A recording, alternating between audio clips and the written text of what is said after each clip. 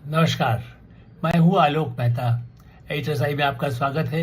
हमारा अनुरोध है कि आप एचएसआई देखें, लाइक करें, सब्सक्राइब करें, मित्रों को, ग्रुप्स को फॉरवर्ड करें और उनसे भी आग्रह करें कि वे भी अपने परिचित ग्रुप्स को, मित्रों को फॉरवर्ड करें और उनसे आग्रह करें कि वे भी सब्सक्राइब करें, ताकि अधिकाधिक दर्शकों तक हमारी बात नियमित रूप से पहुँचे और उनकी राय, उनके कमेंट्स, आपकी राय, आपके कमेंट्स हमको मिलते रहें।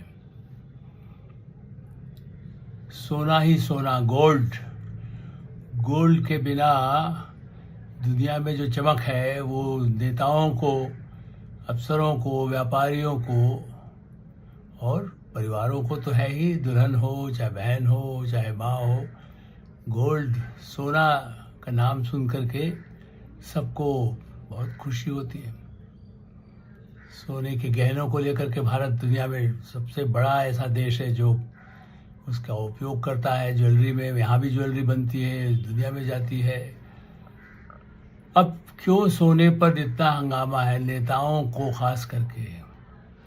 प्रधानमंत्री नरेंद्र मोदी ने तो केवल ये कहा कि भाई पूरी दुनिया में जो संकट आया है पश्चिम एशिया में युद्ध की स्थितियों के कारण और जो आर्थिक दबाव बना हुआ है तेल को लेकर के भी, दूसरे उस पूरे निर्यात आयात को लेकर के, और इसलिए इस समय बेहतर है कि अपना आप सोना नहीं खरीदिए एक साल के लिए। तेल के लिए उन्होंने यही कहा कि पेट्रोल डीजल का उपयोग कम करिए, गाड़ियों में मत जाइए, कुछ बांट के चलिए, कुछ घर से काम करें, वर्क फ्रॉम होम, जो कोविड पीरियड में से हम लोग भारत में अभी वैसे भी लोग करने लगे हैं, उससे पहले भी कुछ करते थे वेस्टर्न कंट्रीज में। तो वो भारत में रह करके आप अमेरिका के लिए काम कर सकते हैं, अमेरिका में रह करके भारत के लिए काम कर सकते हैं। तो वर्क फ्रॉम होम की स्थिति है तो उसके लिए भी अपील की कि ताकि भारत पे सबसे बड़ा बोझ यदि आता है तो वो तेल के 80% जो है वो बाहर से करना होता है। भारत में आयात के ऊपर ही बहुत कुछ निर्भर है, तेल, पेट्रोल, डीजल, जो भी आपको उपयोगी होता है। इवन खाने का तेल भी बड़े पैमाने पर होता है, इसलिए तो बार बार कहा जाता है कि खाने का तेल के जो हमारे उस तरह के मूंगफली हैं, सरसों है, उन सब ऐसी चीज़ों का जिससे तेल की आवश्यकता होती है वो यहीं पर उसका उत्पादन हो। अब ये बड़ी सरल बात है, आप कहेंगे इसमें नई बात क्यों है? नई बात यह है कि प्रधानमंत्री की अपील पर राहुल गांधी सहित प्रतिपक्ष और उनसे मैंने कहना चाहिए जुड़े हुए, अब बिके हुए तो मैं नहीं कहूँगा क्योंकि बिके हुए कहेंगे तो फिर तकलीफ होने लगेगी, क्योंकि अचानक ही उनको ऐसा गोल्ड के प्रति क्या मोह जागा है कि साहब ये क्यों कर रहे हैं, और ये अब उनको आ गया चुनाव से पहले क्यों नहीं कर दिया 2 महीने पहले। भाई यदि सरकार को था कि चलिए 2-3 महीने में कुछ होगा तो हमारे पास पूरा स्टॉक है ही, तेल का भी है और ऐसा कोई संकट नहीं है।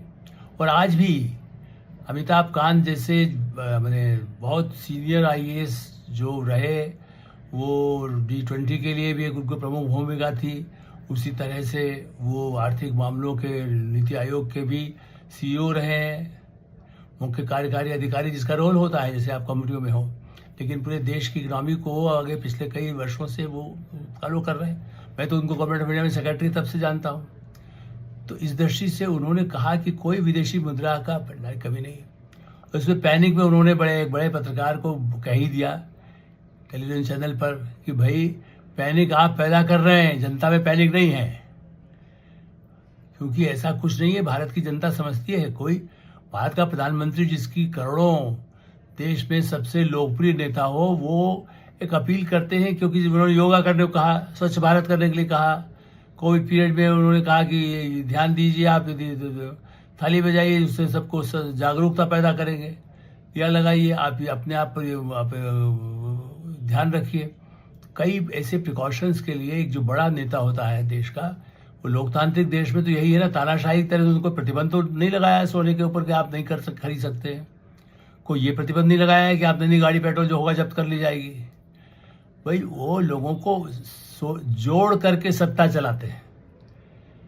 अब राहुल गांधी को क्यों कष्ट है आप कहेंगे, और सामने दिखता है प्रतिपक्ष में उनका काम ये विरोध करना, और उनके देखा देखी तो लेफ्ट पार्टीज भी करेंगी, दूसरी पार्टियां भी करेंगी जो उनके साथ हैं, समाजवादी भी निश्चित रूप से करेंगे ही।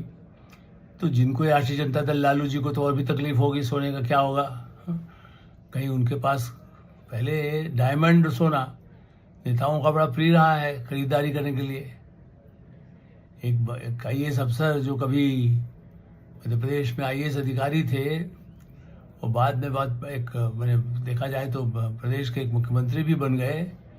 अब वो एक अपने उस समय के कांग्रेस की मुख्यमंत्री के परिवार के लिए बाकायदा जब कलेक्टर थे तो डायमंड की खरीदी में थोड़ा सहयोग करते थे कि दुकानदार से कितना कंसेशन मिलेगा। मैं उस जमाने की बात कर रहा हूँ जो आज से 40 साल पहले की, 50 साल हो गए होंगे, 40-45 ही कहना चाहिए, 50 नहीं। तो उनकी रुचि होती, फिर उस बहाने वो खुद भी अपना शॉपिंग करते थे, ब्लैक मनी बनाते थे। बाद में उनके छापे पे पड़े, फिर भी वो बाद में तो बड़े पदों पर रहे, सांसद भी बन गए, कांग्रेस के बड़े प्रिय थे। इसलिए दो बड़ी बातें हैं जो शायद आपको और कोई नहीं जिक्र इसका कर रहा है। असली बात यह है कि सोने की स्मगलिंग, जैसे ओपीएम की होती है ना, अफीम की स्मगलिंग मध्य प्रदेश खास करके बड़ा क्षेत्र है जहाँ से होता है, इसलिए मैं जानता हूँ कि नेता या जैसे वहीं से तो आतंकवाद के लिए भी चाहे अफगानिस्तान हो ओपीएम का इस्तेमाल होता है। इसी तरह से सोने की सिल्लियाँ, सोने के बिस्किट, उससे काला धन बनाने, सारा धन को उपयोग करने, विदेश में के लिए भी इंपोर्ट कराने के लिए, फिर कंपनियों में भी या किसी तरह से उसका कैसे दुरुपयोग हो सकता है। जैसे नकली नोट का हुआ था, नोटबंदी पर आज भी हाहाकार करते हैं ना। अब तो सामने आया, धुरंधर फिल्म यदि आपने देखी हो तो अब तो एक्सपोज हो गया, नाम नहीं लिया गया, लेकिन पता चला कि नकली नोट का बड़ा भंड होता रहता था। तो प्रधानमंत्री ने नहीं कहा है कि हम कोई ऐसा कड़ा कानून ला के कल से चुनाव नहीं करेंगे, वो भी कर सकते हैं, कहीं और तरह का नियंत्रण हो सकता था। बल्कि 1 साल पहले तो उन्होंने इम्पोर्ट पर ड्यूटी कम की, 6% कर दिया था बाहर से आने लाने के लिए। तो अब ये ठीक है कि सोने की ज्वेलरी से जुड़े हुए लोग या सोने के व्यापार से 1 करोड़ लोग भारत में प्रभावित होते हैं, तो उनके उद्योग की तरफ से, ज्वेलरी उद्योग की तरफ से थोड़ा आपत्ति हुई, कष्ट हुआ है। तो उनसे यही मैंने, सरकार भी कह रही है, हम भी कहेंगे कि ये नहीं कहा है कि प्रतिबंध लगा है, लोग थोड़ा नियंत्रण करें, अभी न खरीदें। अभी जैसे आजकल तो एक्सचेंज का जमाना है, आप पहले का जेवर को बना करके और चमक करके यदि बेटे को देना है, बहू को देना है, किसी तरह से अपने उपयोग में करना है, तो ज़्यादा मोह मत करिए कि अभी कल लेके रख लेते हैं। और कहाँ भाव पहुँच गया है, कोई कल्पना कर सकता है? 10 ग्राम सोना जो मतलब 100 रुपये में कभी मिलता था हमारे उस हिसाब से एक ज़माने में, आज वो 1 लाख 1.5 लाख से बढ़ता जा रहा है इधर 10 ग्राम। तो सोने की सिल्लियाँ, सोने के बिस्किट। अब मैं आता हूँ इसलिए कि कांग्रेस के नेता, मैं नाम नहीं लूँगा, कई नेता इस तरह के रहे हैं जो गोल्ड में ही अपने सहयोगी में डायरेक्ट, चाहे खुद अपने घर पर आएगा, पकड़ा जाएगा, छापा पड़ जाएगा। वो कोई हर्षद मेहता ने जो फ्रॉड किया वो उसकी जगह, उसका मतलब नहीं कि उन्होंने सचमुच में पैसा ले गया था, नहीं ले गया था, आज तक उसका रहस्य सूटकेस में। तो कोई सीधा नहीं लाता है। जो समझदार कांग्रेस के नेता हैं वो यही करते हैं, किसी भी तरह से समझदार या चतुर, चालाक, धोखेबाज ऐसे नेता सोने के में या ही डायमंड्स में ही रिश्वत लेकर के फिर अपने किसी जो अपने विश्वसनीय हैं, ऐसा जिसके पास उसका वो उसको छुपा करके रख सके, ऐसी जगह सुरक्षित रखवा देते हैं। बड़े बड़े जो काले धंधा करते हैं, जिनको और भी काम है, मतलब काले धंधा करते हैं, नेताओं को उपलब्ध कराते हैं सोना, ताकि वो बाद में उसकी कीमत बढ़ती रहे, उसको कई गुना हो जाए जो उनका पैसा आता है ब्लैक मनी में, नगद। जबकि काफ़ी कुछ नगद रुका है, लेकिन फिर भी तो एक धंधा नेताओं के लिए, अधिकारियों के लिए भी जो उनके खास होते हैं, बड़े बड़े अधिकारी, पुलिस के अधिकारी, देखिए ना, करोड़ों और की संपत्ति पकड़ी जा रही है आज भी। कितना ही गोल्ड मध्य प्रदेश, यूपी, राजस्थान, बिहार, हर जगह पकड़ा जाता है। तो उनको कष्ट ये है कि हमारे सोना यदि नहीं आएगा, बिस्किट नहीं आएंगे, कुछ सिल्लियाँ नहीं आएंगी, तो क्या होगा?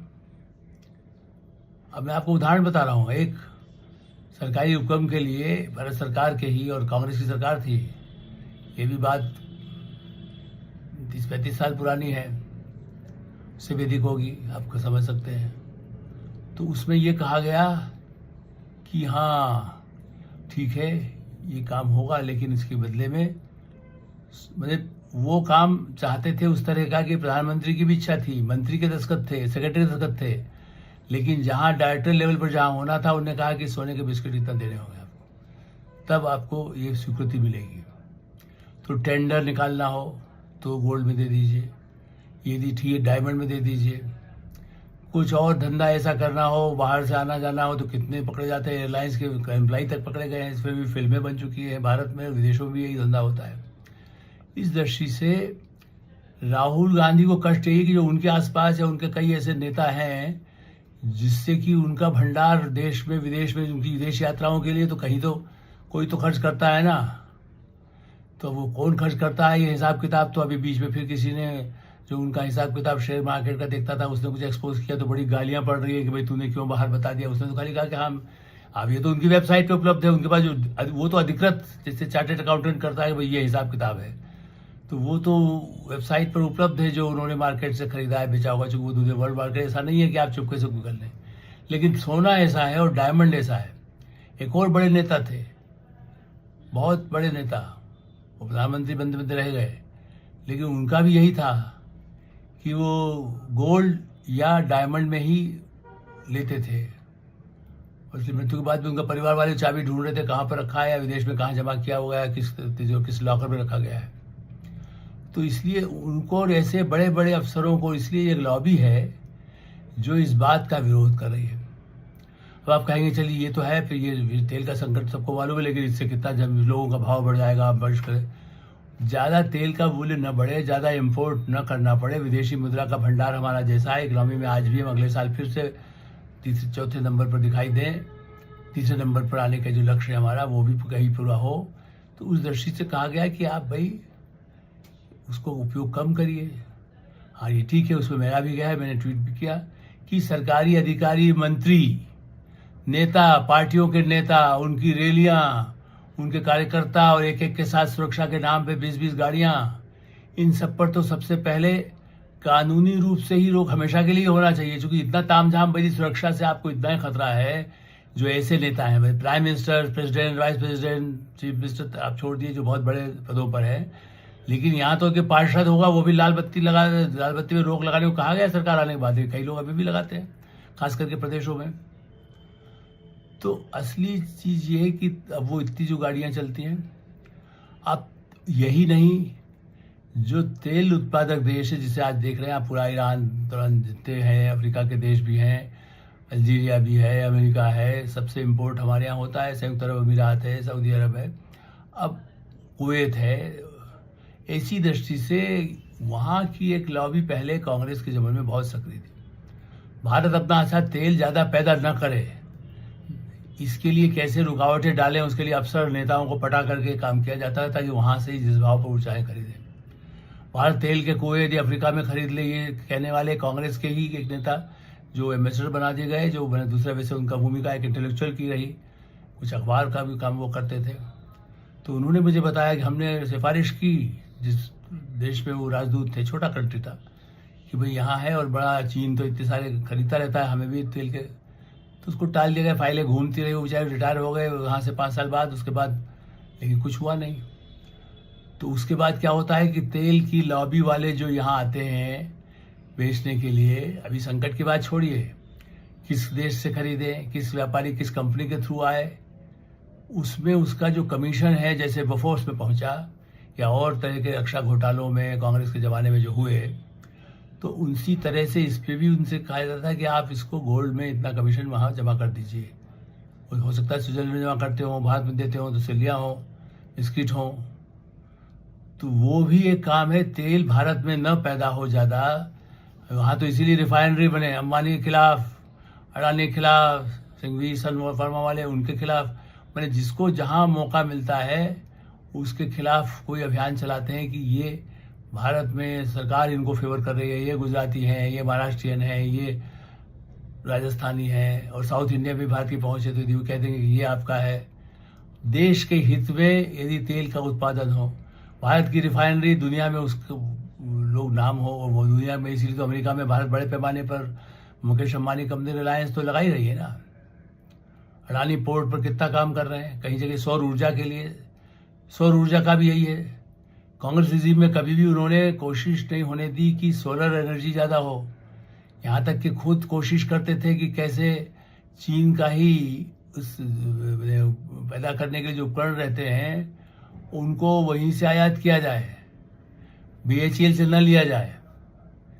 तो ये सब जो है ये वेस्टेड इंटरेस्ट का ही विरोध है। मेरा ऐसा मानना है कि इस विरोध से इसका कारण, असली राजनीतिक कारण उनके राजनीतिक स्वार्थ, दलाली, तस्करी में और तस्करों का सहयोग, अधिक कारण वो है। बाकी राजनीति में अपना उपयोग करके कई ऐसे हैं जो शायद वैसे ही, चूंकि उनको लगता है कि नहीं भाई हमें सरकार का विरोध करके इस मौके पर सरकार को घेरना है, तो वो कर रहे हैं। आप खुद विचार करिए कि यदि ये जो तरीका, और अंत में इसलिए कहेंगे, शुरू में करता चूंकि उसकी चर्चा एक दिन से होने लगी 24 घंटे में, कि श्रीमती इंदिरा गांधी ने 67 में भी यही अपील की थी कि गोल्ड खरीदने पर नियंत्रित करिए। 2011-13 में जो है वो खुद चिदम्बरम वित्त मंत्री थे, उन्होंने भी कहा कि गोल्ड न खरीदा जाए। एक अपील वो जनता से कर हुआ, वीडियो दोनों के मैंने उसका तो उपलब्ध नहीं था, लेकिन अखबार में, द हिंदू अखबार या ऐसे कई अखबारों में, जो हिंदू बड़ा प्रोमिनेंट अखबार रहा उस समय भी, साउथ इंडिया से निकलता अंग्रेजी का, उसकी कटिंग मार्केट में सोशल मीडिया पे चल रही है कि इंदिरा गांधी ने इन्हीं किसी महीनों में, चूंकि विदेशी मुद्रा का जब संकट होता है तो उनको लगा कि सोना न खरीदा जाए, ये सलाह दी थी। अब आप बताइए, ये सब पहले हुआ है। अब यदि मोदी ने कह दिया इसलिए विरोध है, आप संयम रखें, सोना जहां बहुत आवश्यक न हो वहां न खरीदें, गाड़ियों का इस्तेमाल कम करें, जहां आवश्यक हो, अस्पताल जाना है तो आप थोड़ी कहेंगे गाड़ी का इस्तेमाल न करो, ये कहीं मोदी जी ने थोड़ी कहा है। लेकिन जो अनावश्यक की 4 गाड़ियां साथ चल रही हैं, 4 लोग बैठ सकते हैं, लेकिन 4 एक अलग अलग, भाई अलग, भतीजा अलग, ये सब अलग अलग गाड़ियां चल रही हैं, तो उसकी वजह आप 2 गाड़ी में चल दीजिए, 1 में चल दीजिए। इस तरह की सलाह दी गई है। रचनात्मक सलाह को राष्ट्र के हित में, दुनिया में मानव जाति के लिए जो संघर्ष की एक बड़ी गंभीर स्थिति है, उसमें सोच से विचारने की जरूरत है। एडिटर साहब में हम विराम देते हैं। आप एडिटर साहब देखते रहें, लाइक करें, सब्सक्राइब करें, मित्रों को ग्रुप्स को फॉरवर्ड करें, उनसे भी आग्रह करें कि सब्सक्राइब करें। धन्यवाद, नमस्कार।